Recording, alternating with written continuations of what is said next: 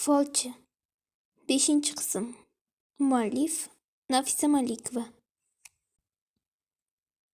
Buncha qo'polsan, dedi Mirabbos arazlagandek. Jinlar qalbi nozik bo'ladi bilsang. Aylin berilib kuldi. Qalbmish. Nima? Bizda ham qalb bor, xuddi odamlardek.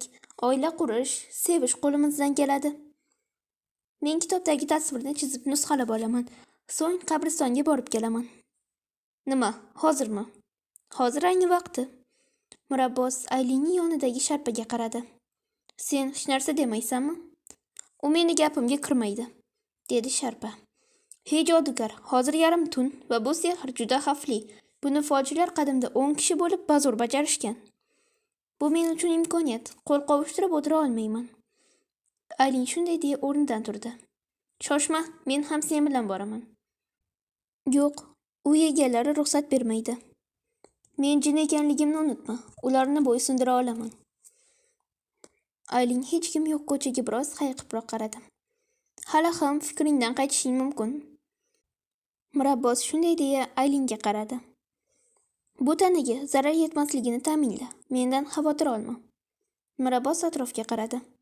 Qara ularni. Mirabbos Aylin ko'rsatgan tarafga qaradi. Ikkita urg'ochi jin ichib olgan erkakning yonida suykalib ketardi. Ularning ishiga aralashma. Jinlar buni yoqtirmaydi. Aylin norozi bo'ldi. Lekin ularni bu ishi to'g'ri emas. Axir erkakni ular ovloq joyga yetaklab ketyapti-ku. Ayb o'zida ko'p ichmasin edi. Ichkilik ayrim jin va shaytonlarni o'ziga ohangrabodek tortadi. Yordam bermasang, shu yerda kut. Aylin tez-tez qadam bosib o'sha tarafga burildi. Mirabbos sharpaga qaradi. U doim shunday qaysarmi? Sharpa bosh silkidi-da, Aylinning ortidan ergashdi. Mirabbos qosh chimirdi. Mayli, faqat bir marta. Shunday deya urg'ochi jinlarning yo'lini to'sdi. Salom go'zallar. Urg'ochi jinlar Mirabbosni ko'rib, erkakning yonidan ketib, Mirabbosga yaqinlashdi. O'zlarini tilida pichirlasha boshlashdi. Aylin ortidan to'syapti. Ikki urg'ochi jin dahshatli ovozda chiyillab g'oyib bo'ldi. Chayqalib ketayotgan erkakni Mirabbos tutib qoldi. Og'ayni, shunchalik ham ichasanmi? Og'ayni deysanmi? U dadang qatori erkak. Meni yoshim unikidan katta. Go'zalim, erkak shunday deya Mirabbosning yuzidan cho'lpillatib o'pdi. Mirabbos uni itarib yubordi. Bu nima qilganing? Aylin kuldi. Buni uning rahmati deb qabul qil, dedi-da erkakning yonini kovlab eski rusumdagi telefonni chiqardi. Nima qilyapsan? Uni uyga xabar berish kerak. Ko'chada qoldirsak, yana yomon narsa sodir bo'lishi mumkin. Mirabbosning ko'zi uzoqdagi qop-qora narsaga tushdi. Tezda diqqatini qaratdi, ammo qora narsa g'oyib bo'lgandi. Bu yerdan tezroq ketish kerak, dedi Aylinga qarab. Aylin yarim tunda qabriston juda vahimali ko'rinishini bilardi. Ammo bugun negadir yengil titrayapti. Noto'g'ri chizyapsan, dedi Mirabbos shakliga qarab. Rasmda shunday emasmidi? Rasmga diqqat bilan qaramagansan. Mana bunday. Mirabbos shaklni to'g'riladi. Aylin shakl rasmini tugatib, aylana markaziga turdi-da, Mirabbosga qaradi. Men boshlayman, sen kuzatib tur. Matnni to'g'ri o'qish lozim. Yovuz kuchlar bilan o'ynashib bo'lmaydi. Aylin matnga qaradi, so'ng baland ovozda o'qiy boshladi. Nazarida atrof yana ham qorayib ketgandek. Sal o'tib atrofida turli xil ovozlar eshitila boshladi. Hech narsaga chalg'ima va doira ichidan chiqma, deya baqirdi Mirabbos. Aylin qo'rqa boshladi, ammo to'xtay olmasdi. Oxirgacha borish kerak. Matnni o'qib tugatganda atrofda o'lik ruhlarni, qop-qora soyadek sharpalarni ko'rdi. Undan ham dahshatlisi, to'g'risida onasi turardi. Qizim, bu yoqqa kel. Nega doira ichida turibsan? Aylin bir muddat uni onasi deb o'yladi. Ammo himoya aylanasidan chiqishga ulgurmasdan, onasi uning yonida paydo bo'ldi. Chiq! Aylin qonga to'lgan ko'zlarini ko'rib, aylana ichiga oyog'ini qaytardi. Ammo meni nega chorlading? Degan ovozni eshitdi. Aylin unga qarashga o'ziga kuch topdi.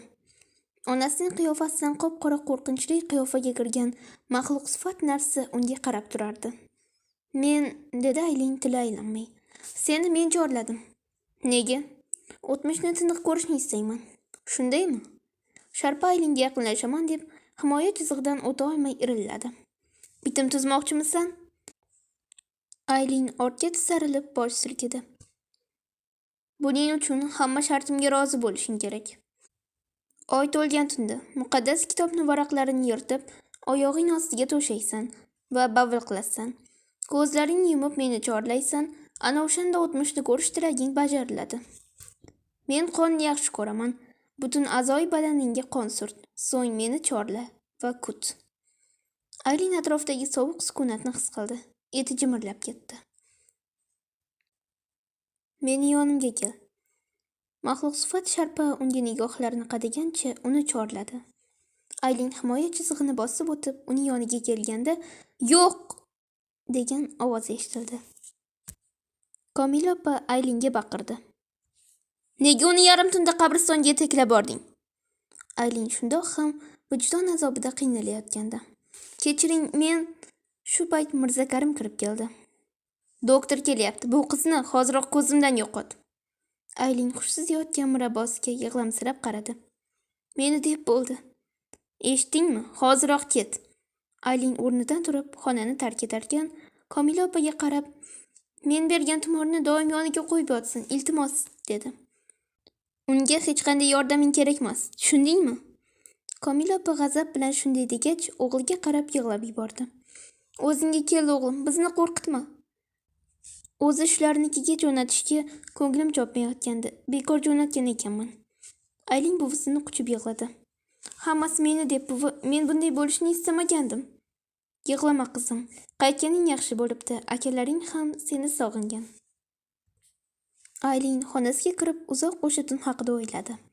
Balki Mirabbos uni qutqarmaganda o'sha maxluq sifat shayton uni aqldan ozdirgan bo'larmidi? Endi unga nima bo'ladi?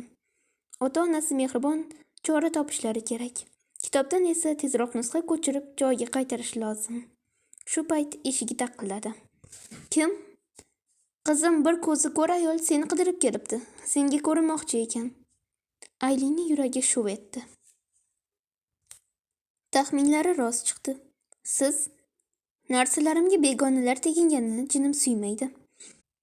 Aylin atrofiga qarab, "Iltimos, buni xonamda gaplashaylik", dedi. "Albatta", dedi ayol qo'lini cho'zib. Aylin uni yetakladi. Buvisini kuzatayotganini ko'rib, ayolga shivirladi. "Iltimos, o'zingizni tashvishda yurgandek ko'rsating." "Shundoq ham tashvishdaman, ofisar qiz." Aylin xonaga kirgach, eshikni mahkam yopib, derazadagi pardani ham tushirdi.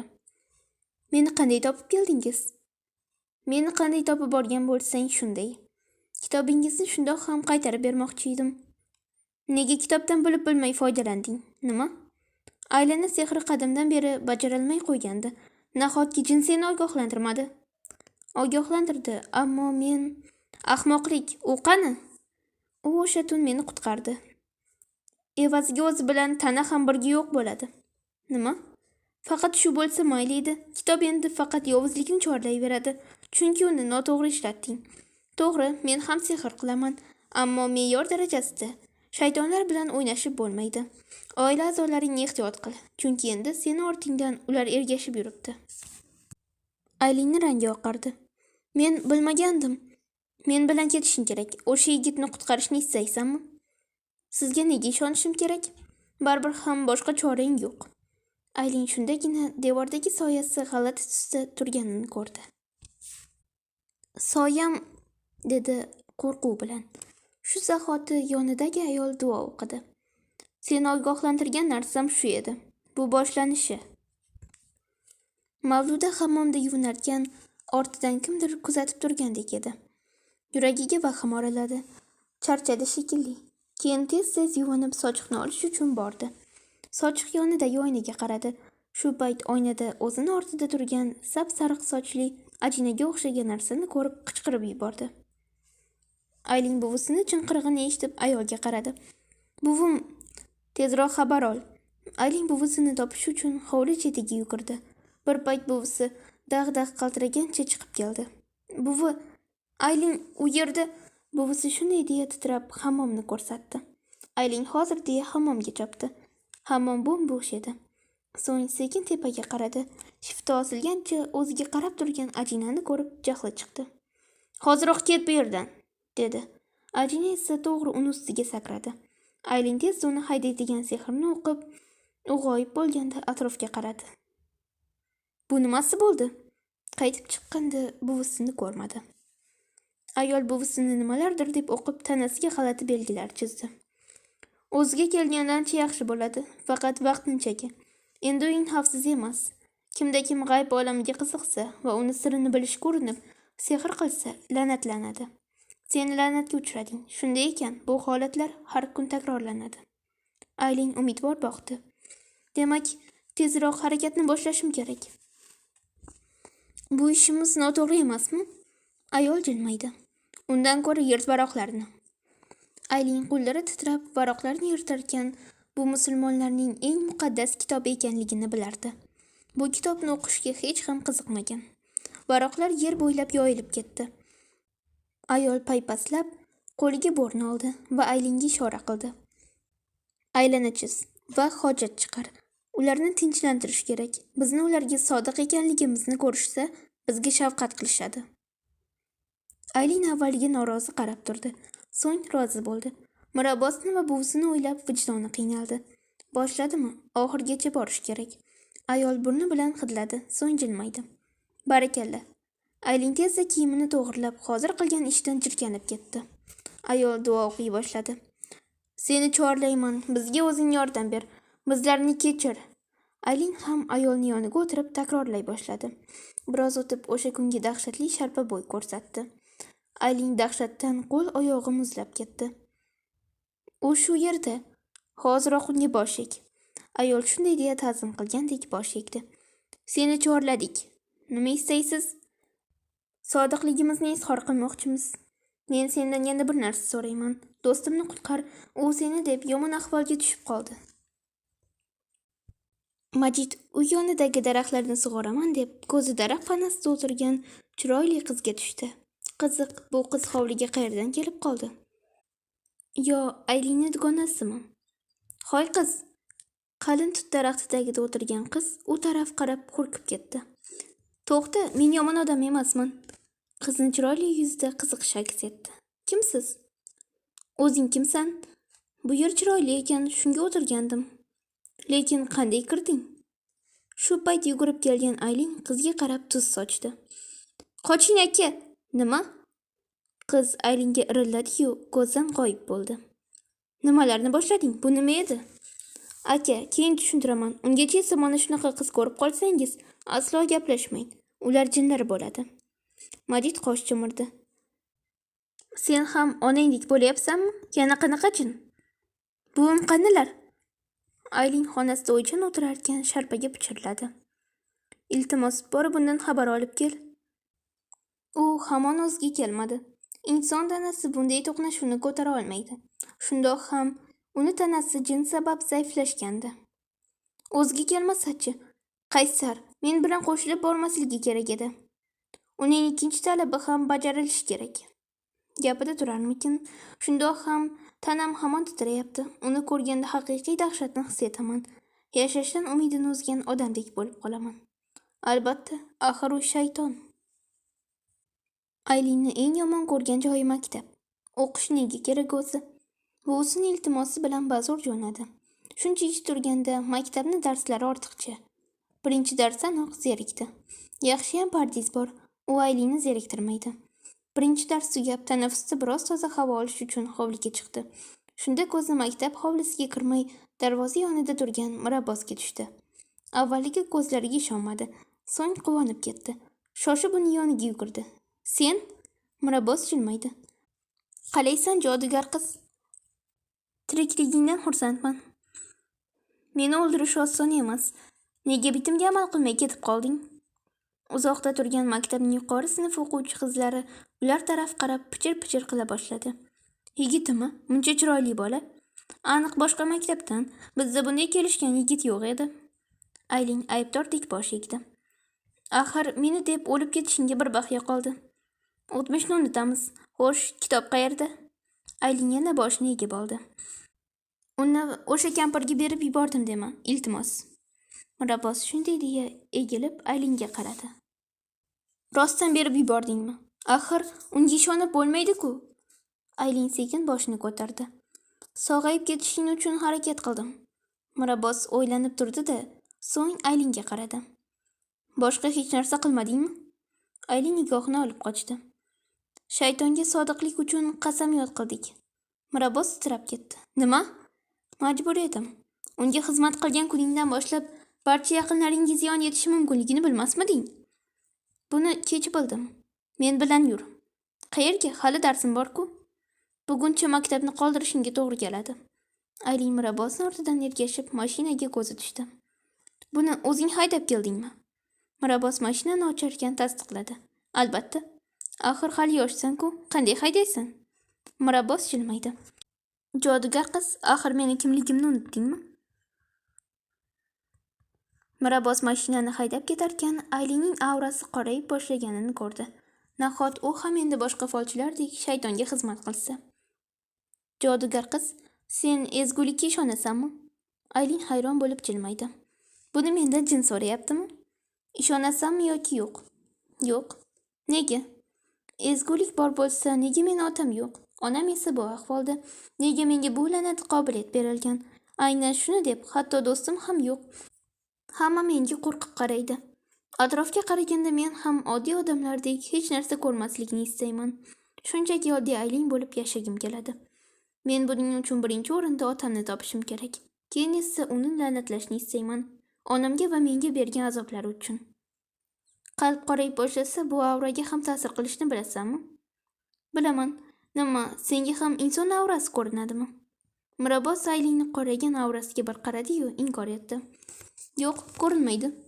Men bu narsa sizlarga ham ko'rinadi deb o'ylarkanman. Hammanikini ko'ra olaman, ammo o'zimnikini emas. Qiziq, u qanday rangda? O'zi qayerga ketyapmiz? Bir paytlar qochib ketgan joyimga bormoqchiman. Bir jinning maslahati kerak. Men seni qaysar degandim, nahot senga ham maslahat kerak.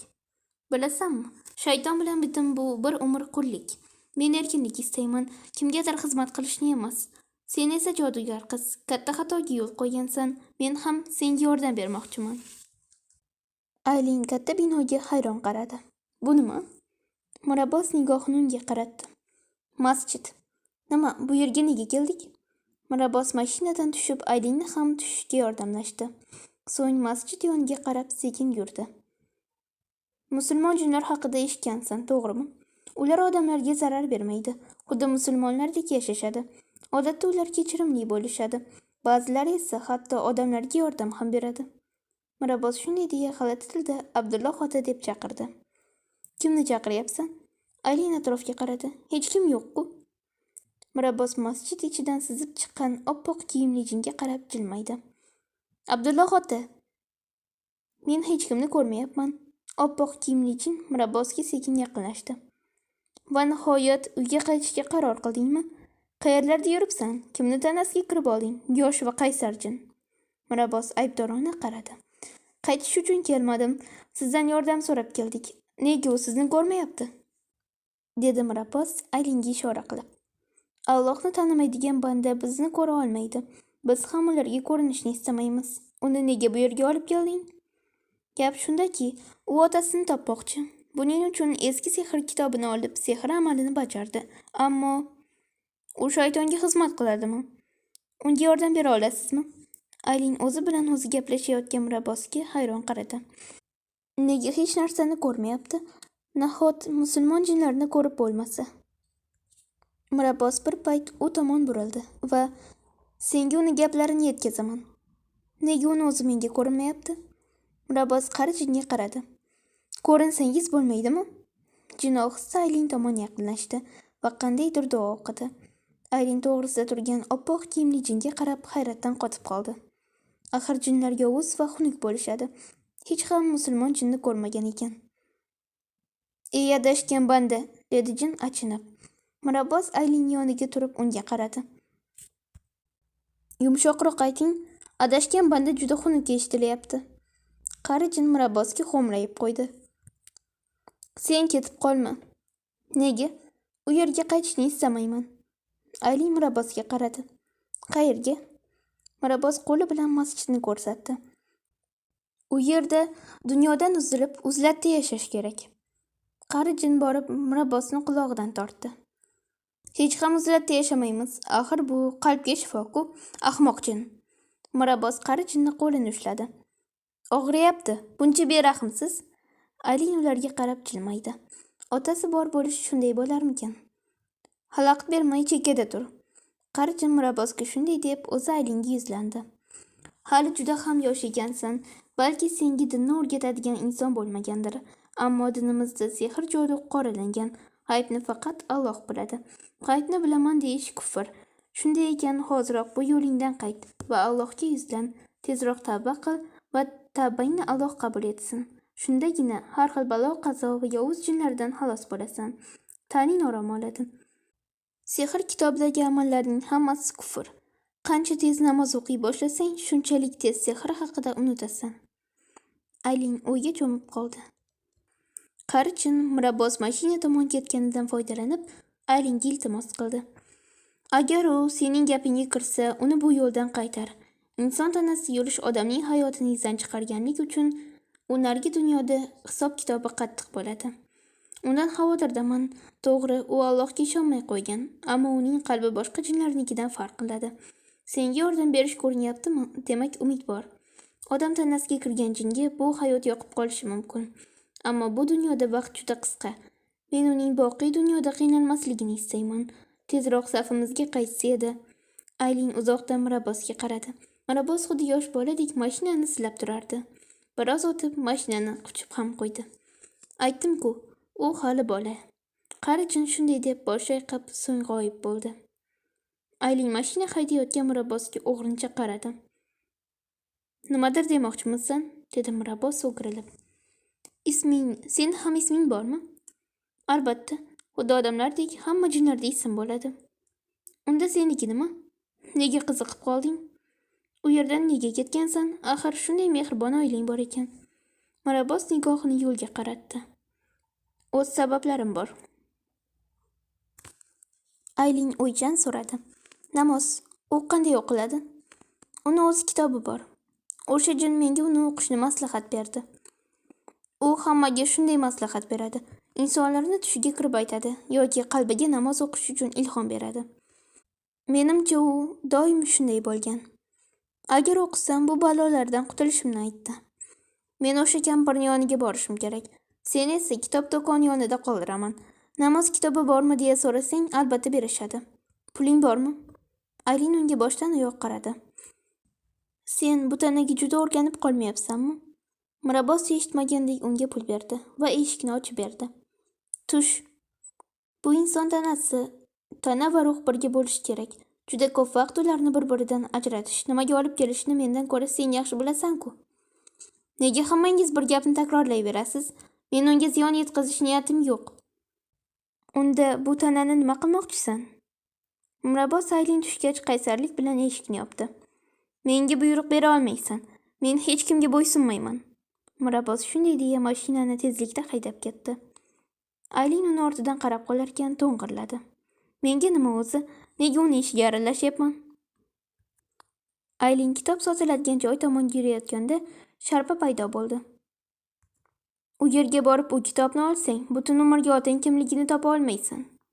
Aylin turgan joyda to'xtadi. Seni kim chaqirdi? Men doim yoningdaman. Faqat sen oxirgi vaqtlar ko'p e'tiboringni o'sha yoqimsiz jinga qaratyapsan. Hech ham unday emas. O'zingni bunday oqla olmaysan. Bu kitobni olsang, men ham seni tashlab ketishimga to'g'ri keladi. O'ylab ko'r. Meni yordamimsiz keyin qanday uddalaysan? Aylin o'yga cho'mib qoldi. Folchilik orqali topayotgan puliga ro'zg'orga ul pul olishayotgandi. Eng muhimi onasini qutqarish va otasini topish. Nahot bu kitob ularga to'sqinlik qilsa? Aylin sekin iziga qaytdi. To'g'ri qaror qabul qilding. U kitob ojizlar uchun. Sharpa Aylinning ortidan ergasharkan, o'sha rasta tomon g'alati nigoh tashlab qo'ydi. Qari jodugar, qanisan? Ko'zi ko'r folchi kuldi. Yosh jinimiz shu yerdami? Uni ovozini eshitgan Mirabbos xonasiga bostirib kirdi. Kitob qayerda? Kitobni mendan osonlikcha ola olaman deb o'ylayapsanmi? Meni boshqarishni bas qil. Men sening quling emasman. Ayol berilib kuldi-da, duo o'qiy boshladi. Mirabbos og'riqdan yerga o'tirib qoldi. Bas qil. Yosh va qaysar jinni boshqarish juda ham oson. Ular to'rga tez ilinadi. Sen meni qaramog'imdasan va men aytgan vazifalarni qilishing kerak. Axir seni ozod qilgan menman. Mirabos og'riqdan ko'ksini ushladi. Bas qil dedim. Nega haliyam uni o'ldirmading? Axir seni bu tanaga uni azoblash uchun kiritgan edim-ku. Aylin uyda buvisini yana avvalgidek ish qilib yurganini ko'rib xursand bo'ldi. Keldingmi? Sen qiz oxirgi paytlar qayerlarda yuribsan? Aylin buvisini mahkam quchdi. Soppa-sog' ekanligingizdan xursandman. Bobom qani? Dobong dalaga ketgan, kech qaytadi. Menga qara, seni bir ayol kutib o'tiribdi. Shoshilinch ishi bor ekan. Lekin buvi, yo'q deya olmadim. Kirib tinglab ko'r. Nima dardi bor ekan? Aylin xonasi tomon ba'zor qadam bosdi. Shu payt kim keldi? Hozir vaqti ziq edi. Xonada bir o'rta yoshdagi ayol orqa o'girilib o'tirardi. Eshik ochilganini eshitgan ayol ortga burildi. Voy, kichkina qiz ekansiz, dedi ayol hayrat bilan. Qanday yordamim kerak? Folchisiz-ku, topingchi, nima uchun kelganimni? Aylinning jahli chiqdi, ammo sezdirmadi. Sharpaga qaradi. Biroz o'tib ayolga o'tkir nigohini qaratdi. Bitta-yu bitta o'g'ilga tekkansiz. Hozir endi qaynona bilan yashash yoqmayotgani uchun bo'lak chiqmoqchisiz. Ayol jilmaydi. Topdingiz, men qaynonamni o'lishini istayman. Alohida yashashga ko'nmayapti. Bu juda kuchli jodu, bilasizmi? Ayol ishonch bilan jilmaydi. Sekin-sekin o'ldirsa, aytgan pulingizni beraman. Mana bu qaynonamning rasmi. Aylin rasmdagi ayolga qaradi. O'g'lini va kelinini quchib o'tirgan ayol. O'g'liga osilib olgan, asabimni o'ynab o'zini bechora ko'rsatadi. Sizni maqtashgani uchun ham topib keldim. Aylin rasm ustiga duo yozdi. So'ng qora ip tortdi. Bu asta-sekin ta'sir qila boshlaydi. Har kuni o'qiyman. Qancha bo'ladi? Aylin o'zini behol seza boshladi. Ayol ketgach, sekin ortga suyandi. Shu payt devordan qop-qora soyaga o'xshash narsa sizib chiqdi va unga yaqinlasha boshladi. Aylin dahshatga tushdi. Ket, yo'qol! Shunda yonida ham mana shunday soyalar to'lib ketganini sezdi. Ular qadimiy tilda nimadir deb duo o'qiyotgandek pichirlardi. Xona esa tundek qorayib ketgan. Aylin baqiray desa ovozi chiqmasdi. Yordam, yordam! Ovozini tashqariga chiqara olmay hushdan ketdi. Mirzakarim choy ichayotgan o'g'lini zimdan kuzatardi. O'g'li o'ziga kelganiga xursand bo'ldi, ammo negadir o'g'lini o'ziga begonadek his qila boshladi. Mirabos o'zgarib qolgandek edi. Axir o'g'li avvallari tortinchoq va odamovi edi-ku. Xuddi o'g'lini almashtirib ketishgandek. Mirabos Mirzakarimning nigohini sezib yo'talib qo'ydi. Onasi esa xursand bo'lib, hali buni dasturxonga olib kelardi. Ol o'g'lim, yeb ol. Mirzakarim ayolga qaradi. Men bilan yurgin, bir narsani topib berishing kerak. Mirzakarim shunday deya o'rnidan turib xonasi tomon yurdi. Ortidan kelgan xotinga eshikni yop dedi-da, asabiy so'z boshladi. O'g'limiz o'zgarib qolganini sezdingmi? Axir, u endi o'ziga keldi-ku. Anavi qiz nima degandi? Jinmidi? Xullas o'sha narsa uning ichidan chiqqanmi? Mirabos bizning o'g'limiz, u 2-3 kunda bunday kuchli ravishda o'zgarmaydi. Komila lab tishladi. Ich-ichidan sezsa-da, tan olishni istamasdi. Nima qildingiz? Mirzakarim o'ylanib qoldi. Ruqiya o'qirsakmi? Gap poylab turgan Mirabos qalqib ketdi. Ruqiya bu tanaga kirgan jin uchun o'tda yonish degani. Tezroq chora topish kerak. Aylin qorong'u ko'chada adashib yurarkan, ortidan kelayotganlar yo'qmikin deya dam-badam ortga burildi. Hech kim yo'q. Ko'cha qop-qorong'u va uzun. Qayerdan kelib qoldi bu yerga? Shu payt ikkita qora itni ko'rdi. Itlar unga ko'zi tushgach, quturgandek vovullab u tomon chopdi. Aylin o'takasi yorilay dedi. Qochyapti-yu, hech yo'l unmasdi. Shu payt birdan Mirabos uni qo'lini tutdi. Jodugar qiz, meni qo'limdan tut. Aylin xursand bo'lib ketdi. Mirabosni qo'lini tutdi. Shu zahoti qorong'u yopiq xonada paydo bo'lib qolishdi. Nimalar bo'lyapti? Ko'zi Mirabosga tushdi. U bilgan Mirabos bunday nigohda qaramasdi. Sen kimsan? Mirabos jilmaydi. Sen tanigan jin. Sen u emassan. Senga buni nima farqi bor? Umi yoki boshqa jin? Mirabos shunday deya qo'lini Aylin tomon cho'zdi. Qizig'i, qo'l odatiy qo'lga o'xshamas. Uzun tirnoqlari bor, bo'rini qo'liga o'xshardi. Menga o'zingni bag'ishlashni istamaysanmi? Aylin o'zi bilgan sehrlarni o'qidi. Afsus, ta'sir qilmasdi. Hoy, nimalarni takrorlayapsan? Sen hozir meni yaratgan tushdasan va bu yerda mening iznimsiz chiqa olmaysan. Mirabbos shunday deya g'alati jilmaydi. So'ng Aylini qo'lini tutib mahkam siqdi. Tirnoqlar Aylini terisiga botdi. Mavluda opa nevarasini hushsiz yotgani uchun yolg'iz qoldirmagandi. Ammo suvga chiqqanda nevarasi chinqirganini eshitib ortga chopdi. Aylin ko'zlari yumuq holda bosinqirayotgan odamdek oyoq qo'llarini silkitar, ammo uyg'onmasdi. Ko'zi nevarasining qo'liga tushdi. Qon, xuddiki kuchuk yoki mushuk tirnagandek iz. "Aylin!" dedi jon holatda. "Aylin!" Bu safar baland ovozda baqirdi. Ijro etuvchi Nigora Alisherova. Davomi bor.